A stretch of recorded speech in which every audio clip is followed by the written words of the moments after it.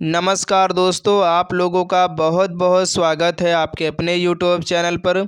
दोस्तों फाइनली आज की इस वीडियो में जो भी फ्रेंड्स लोग रेलवे एग्ज़ाम्स की तैयारी कर रहे हैं 2024 में, चाहे आप लोग आरपीएफ की तैयारी कर रहे हो या एनटीपीसी ग्रुप डी एग्ज़ाम की तैयारी कर रहे हो, दोस्तों इन सभी आपके एग्ज़ाम जो रेलवे के होते हैं इनमें दोस्तों आपके साइंस के क्वेश्चन ज़रूर पूछे जाते हैं। और साइंस के दोस्तों 25 से 30 क्वेश्चन आपके एग्ज़ाम में 100% दोस्तों पूछे जाते हैं।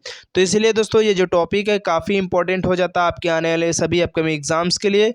तो दोस्तों आज की इस वीडियो में जो हमने क्वेश्चन लिए हैं ये रेलवे की किसी न किसी एग्ज़ाम में प्रीवियस ईयर में पूछे हुए क्वेश्चन हैं।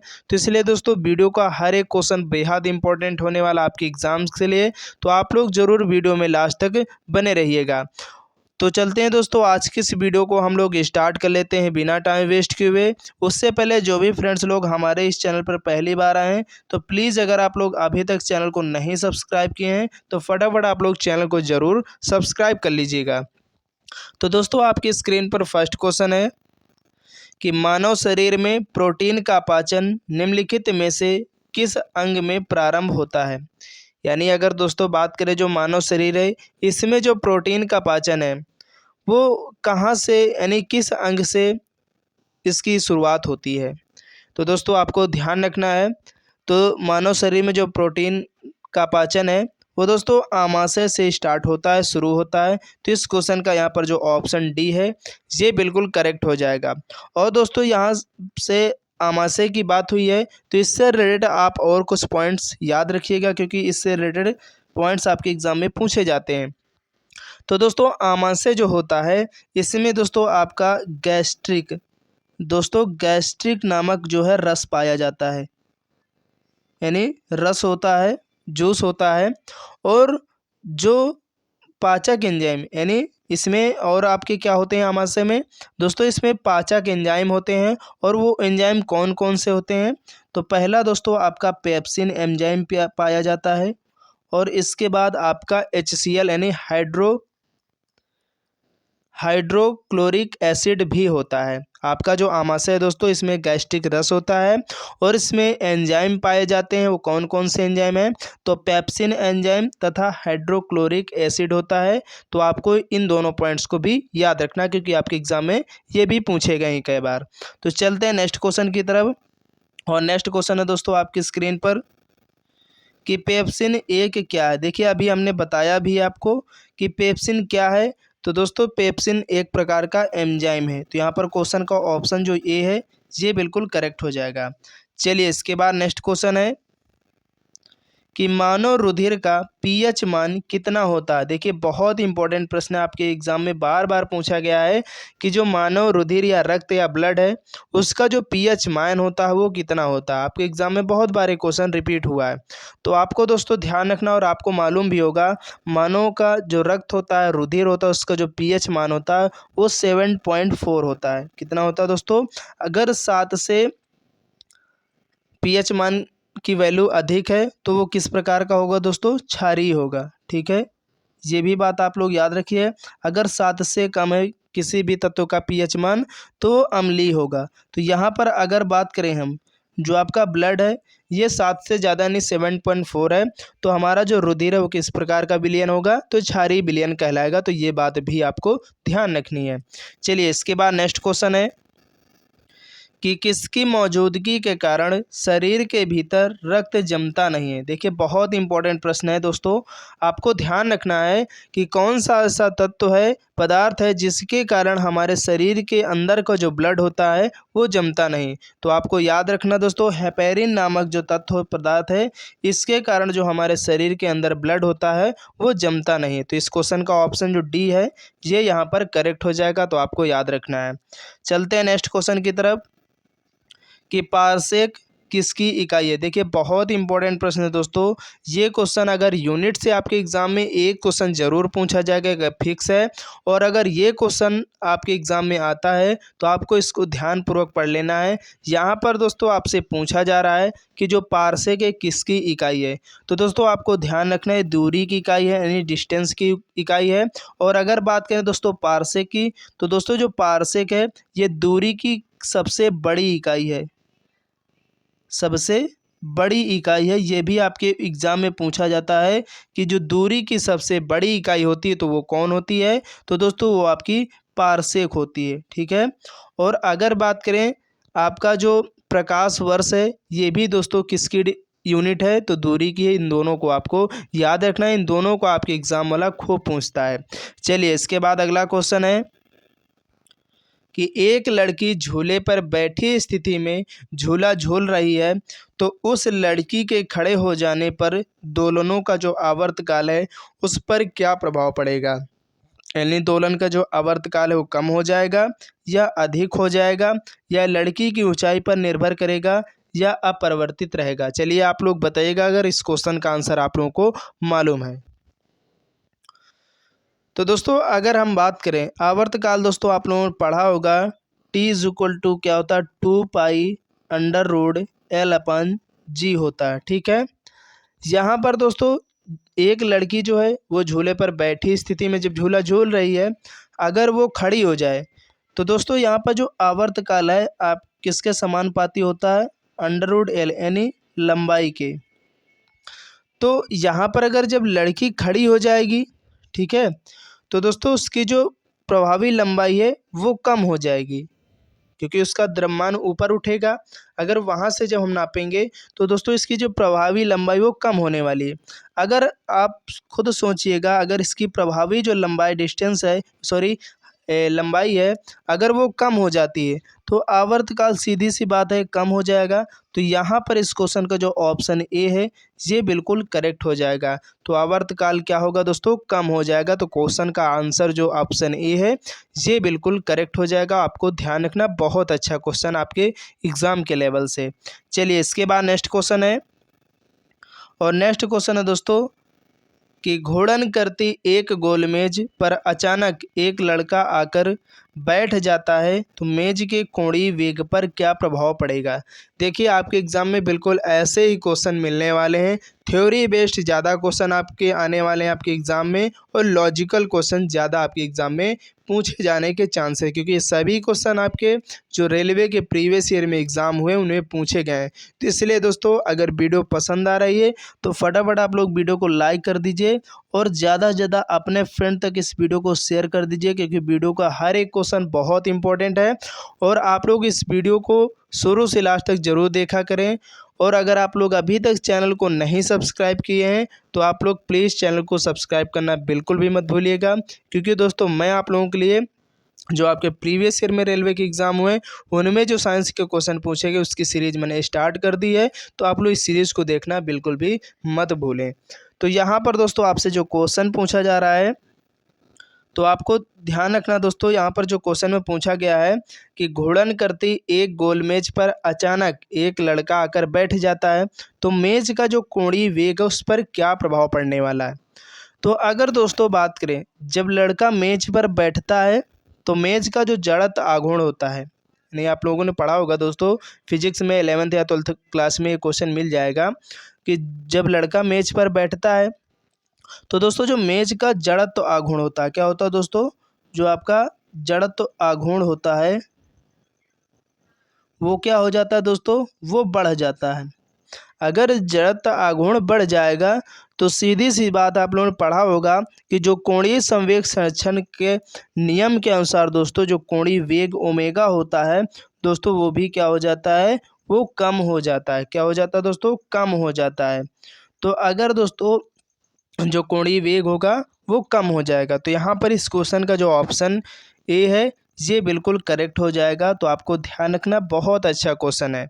चलिए इसके बाद नेक्स्ट क्वेश्चन है कि वायु में ध्वनि का वेग पर क्या प्रभाव पड़ेगा? यानी दोस्तों जो वायु में ध्वनि का वेग होता है वो तापमान के बढ़ने से घटता है, या तापमान के घटने से बढ़ता है, या तापमान और आश्रित नहीं होता है, तापमान के घटने से घटता है। तो दोस्तों आप लोगों ने पढ़ा होगा कि जो ध्वनि की गति होती है वो तापमान के क्या होती है? समानुपाती होती है, यानी प्रोपोर्शनल होती है। यानी दोस्तों जो ध्वनि की गति होती है, आपको ध्यान रखना दोस्तों,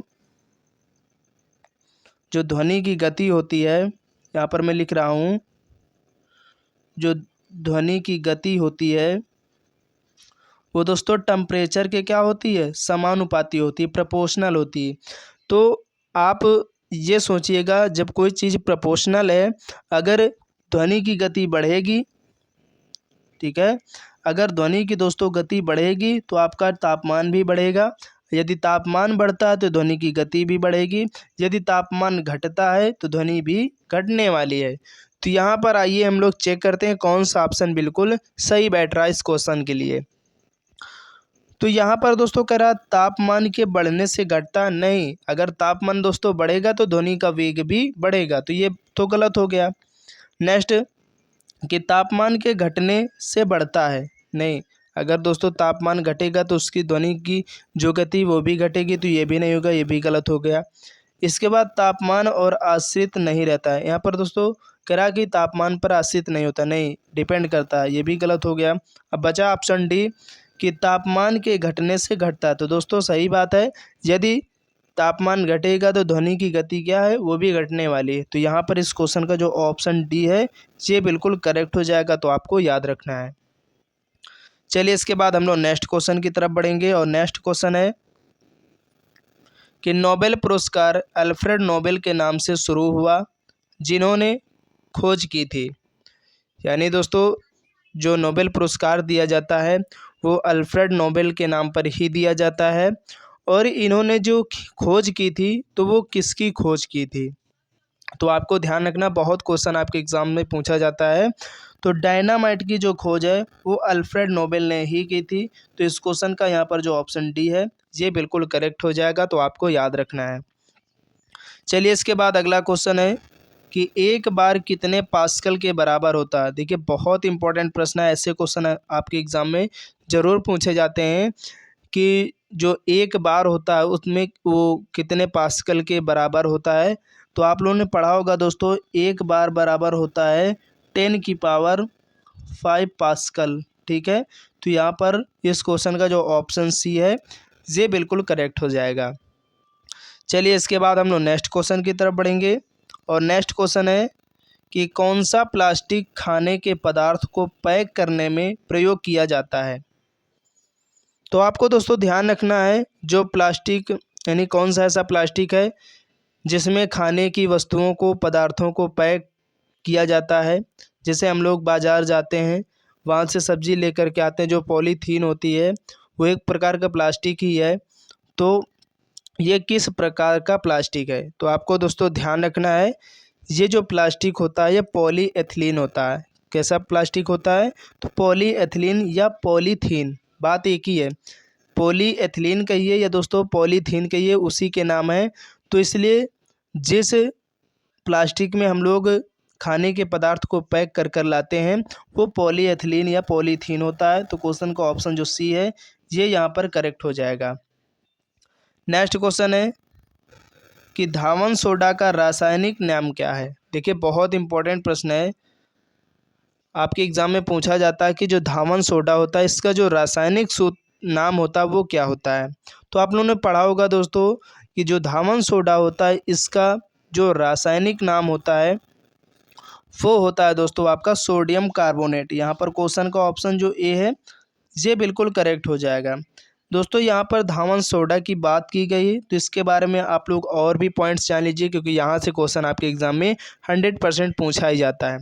तो दोस्तों जो धावन सोडा होता है एक ये अकार्बनिक यौगिक है, ये भी पूछा जाता है कि धावन सोडा किस प्रकार का यौगिक है। तो आपको याद रखना दोस्तों अकार्बनिक यौगिक है। कैसा दोस्तों, अकार्बनिक यौगिक है, ठीक है। और अगर दोस्तों इसकी रासायनिक सूत्र की बात करें तो सूत्र भी आप लोग याद रखिए, क्योंकि पूछा जाता है ये भी। तो इसका दोस्तों सूत्र होता है Na2CO3 होता है, ठीक है। क्या होता है दोस्तों, Na2CO3 होता है, जिसे हम लोग सोडियम कार्बोनेट बोलते हैं, और इसे धोने का सोडा भी बोलते हैं। तो ये बात आपको ध्यान रखना है। चलिए इसके बाद हम लोग नेक्स्ट क्वेश्चन की तरफ बढ़ेंगे, और दोस्तों यहाँ पर नेक्स्ट क्वेश्चन है कि NaOH सूत्र वाले रासायनिक यौगिक का सामान्य नाम क्या है। देखिए कैसे आपके सामने घुमा के पूछा क्वेश्चन, ताकि आप लोग जो है थोड़ा कंफ्यूज हो जाओ। तो यहाँ पर आपको पूछा जा रहा है कि जो NaOH सूत्र वाले रासायनिक यौगिक का जो सामान्य नाम है वो क्या है। तो आपको दोस्तों यहाँ पर ध्यान रखना है, ये आपका कास्टिक सोडा। दोस्तों कास्टिक सोडा का जो रासायनिक सूत्र होता है वो NaOH होता है। तो ये बात आपको ध्यान रखना, जहाँ भी आपको NaOH मिले तो आपको समझ जाना है दोस्तों ये कास्टिक सोडा है। तो यहाँ पर क्वेश्चन का जो ऑप्शन ए है ये बिल्कुल करेक्ट हो जाएगा। चलिए इसके बाद हम लोग नेक्स्ट क्वेश्चन की तरफ बढ़ेंगे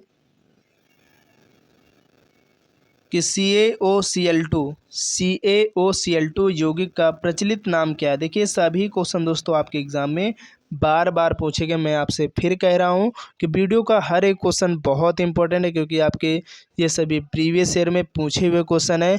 और आपके एग्ज़ाम में दोस्तों प्रीवियस ईयर में जो क्वेश्चन पूछे जाते हैं उनके रिपीट होने के फुल चांसेस होते हैं। ठीक है, तो यहाँ पर आपसे पूछा जा रहा है दोस्तों CaOCl2 यौगिक का जो प्रचलित नाम है वो क्या है। तो दोस्तों इसका जो फेमस नाम है वो ब्लीचिंग पाउडर। दोस्तों जो ब्लीचिंग पाउडर होता है वो CaOCl2 ही होता है। तो ये बात आपको ध्यान रखनी है। आपका ये इसका रासायनिक सूत्र भी कह सकते हैं कि ब्लीचिंग पाउडर का जो रासायनिक सूत्र होता है वो CaOCl2 होता है। तो ये बात आपको ध्यान रखनी। क्वेश्चन आपके एग्जाम में किसी भी प्रकार से आपसे पूछा जा सकता है, तो आपको सभी पॉइंट्स को साथ में क्लियर करते रहना है। तो यहाँ पर क्वेश्चन का ऑप्शन सी जो है बिल्कुल करेक्ट हो जाएगा। इसके बाद नेक्स्ट क्वेश्चन है कि एनीमिया रोग किस तत्व की कमी के कारण होता है। मोस्ट इम्पोर्टेंट क्वेश्चन है कि जो एनीमिया रोग है ये किस तत्व की कमी के कारण होता है। तो आपको दोस्तों ध्यान रखना है, जो लोहा है इसकी कमी से जो होने वाला रोग है वो एनीमिया रोग होता है हमारे शरीर में। तो इस बात को भी याद रखना। क्वेश्चन का यहाँ पर जो ऑप्शन बी है ये बिल्कुल करेक्ट हो जाएगा। चलिए इसके बाद अगला क्वेश्चन है कि बायोडीजल के उत्पादन में निम्न में से कौन सी प्रक्रिया अपनाई जाती है। यानी दोस्तों जो बायोडीजल है इसको उत्पादित करने के लिए जो प्रक्रिया अपनाई जाती है उस प्रक्रिया को हम लोग किस नाम से जानते हैं। तो आपको दोस्तों ध्यान रखना, इस प्रक्रिया को जो बोलते हैं इसे हम लोग ट्रांस एस्टरीफिकेशन बोलते हैं। क्या बोलते हैं दोस्तों? ट्रांस एस्टरीफिकेशन जो प्रक्रिया है इसी के कारण हम लोग बायोडीजल का उत्पादन करते हैं। तो यहाँ पर क्वेश्चन का ऑप्शन जो सी है ये बिल्कुल करेक्ट हो जाएगा। नेक्स्ट क्वेश्चन है कि निम्न में से कौन सा अम्ल सिरके में उपस्थित होता है। आपको मालूम भी होगा दोस्तों, और नहीं मालूम है तो आप लोग जान लीजिए। जो हमारा सिरका होता है उसमें जो उपस्थित अम्ल होता है वो कौन सा अम्ल होता है। तो दोस्तों उसमें एसिटिक अम्ल होता है। यहाँ पर क्वेश्चन का ऑप्शन जो डी है ये बिल्कुल करेक्ट हो जाएगा, तो आपको याद रखना है। चलिए इसके बाद नेक्स्ट क्वेश्चन है कि जब दो समांतर दर्पणों के बीच कोई वस्तु रख दी जाती है तो बनने वाले प्रतिबिंबों की संख्या कितनी होती है। देखिए क्वेश्चन बहुत इंपॉर्टेंट है, आपको ध्यान रखना कि यहाँ पर आपसे जो पूछा जा रहा है कि जब जब दो समांतर दर्पणों के बीच, मान लीजिए कोई ये दो समांतर मान लीजिए आपके दर्पण रखे हुए हैं, ठीक है, और यहाँ पर कोई मान लीजिए ये वस्तु रख दी गई है, ठीक है, ये वस्तु रख दी गई है, तो बनने वाले प्रतिबिंब होंगे उनकी संख्या कितने होने वाली है। तो आपको दोस्तों ध्यान रखना है, यहाँ पर जो प्रतिबिंबों की संख्या होगी वो अनंत होने वाली। क्वेश्चन का ऑप्शन जो डी है ये बिल्कुल करेक्ट हो जाएगा।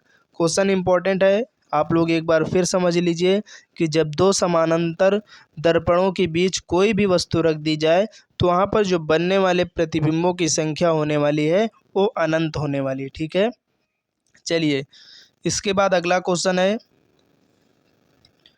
आसमान में किस कारण से तारे टिमटिमाते हैं। यानी दोस्तों आसमान में जो तारों का टिमटिमाना है ये किस प्रक्रिया के कारण संभव हो पाता है। बहुत बार क्वेश्चन रिपीट हुआ आपके एग्जाम में, तो आपको दोस्तों ध्यान रखना है, अपवर्तन के कारण जो प्रकाश में तारे टिमटिमाते हैं। तो यहाँ पर क्वेश्चन का ऑप्शन जो ए है ये बिल्कुल करेक्ट हो जाएगा। नेक्स्ट क्वेश्चन है, और आज के इस वीडियो का लास्ट क्वेश्चन है दोस्तों 20 कि चटका हुआ कांच चमकीला क्यों प्रतीत होता है। आप लोगों ने अक्सर देखा होगा जो शीशा या कांच होता है अगर वो चटक जाए, अगर उसमें प्रकाश पड़ता तो वो चमकीला हमें महसूस होता है और दिखाई भी देता है। तो दोस्तों इसका क्या रीज़न है, क्यों चमकीला प्रतीत होता है? तो दोस्तों इसका रीज़न होता है पूर्ण आंतरिक परावर्तन। दोस्तों पूर्ण आंतरिक परावर्तन के कारण ही जो चटका हुआ कांच होता है वो चमकीला हमें प्रतीत होता है। तो इस क्वेश्चन का ऑप्शन जो डी है ये यहाँ पर बिल्कुल करेक्ट हो जाएगा। तो उम्मीद करते हैं दोस्तों आज का जो सेशन आप लोगों को काफ़ी ज़्यादा पसंद आया होगा, ठीक है। और आप लोगों को वीडियो का हर एक जो क्वेश्चन है वो भी पसंद आया, क्योंकि सभी क्वेश्चन ऐसे हैं दोस्तों, मैं आपसे फिर कह रहा हूँ कि रेलवे के किसी न किसी प्रीवियस ईयर एग्ज़ाम जो हुए उनमें ये पूछे हुए क्वेश्चन हैं। तो इसलिए आप लोग हर एक वीडियो को शुरू से लास्ट तक पूरी देखा करें। अगर दोस्तों वीडियो आप लोगों को पसंद आई तो प्लीज़ वीडियो को लाइक कर देना और ज़्यादा से ज़्यादा अपने दोस्तों तक इस वीडियो को शेयर कर देना, क्योंकि दोस्तों ये सीरीज़ आप लोगों ने मैंने स्टार्ट कर दी है। जब तक आपका एग्ज़ाम नहीं हो जाता तब तक दोस्तों जो भी प्रीवियस ईयर में आपके एग्ज़ाम में क्वेश्चन पूछे वो सभी साइंस के मैं आपको इसी तरह प्रोवाइड करवाने वाला हूं। और आप लोग अभी तक चैनल को नहीं सब्सक्राइब किए हैं तो फटाफट दोस्तों आपको चैनल को सब्सक्राइब करना नहीं भूलना, क्योंकि दोस्तों ये जो क्लास है डेली हमारे इस चैनल पर आप लोगों को मिलती रहती है। तो आप लोग इस क्लास को देखना बिल्कुल भी मत भूलें। तो चलते हैं दोस्तों नेक्स्ट वीडियो के लिए, तब तक के लिए जय हिंद जय भारत।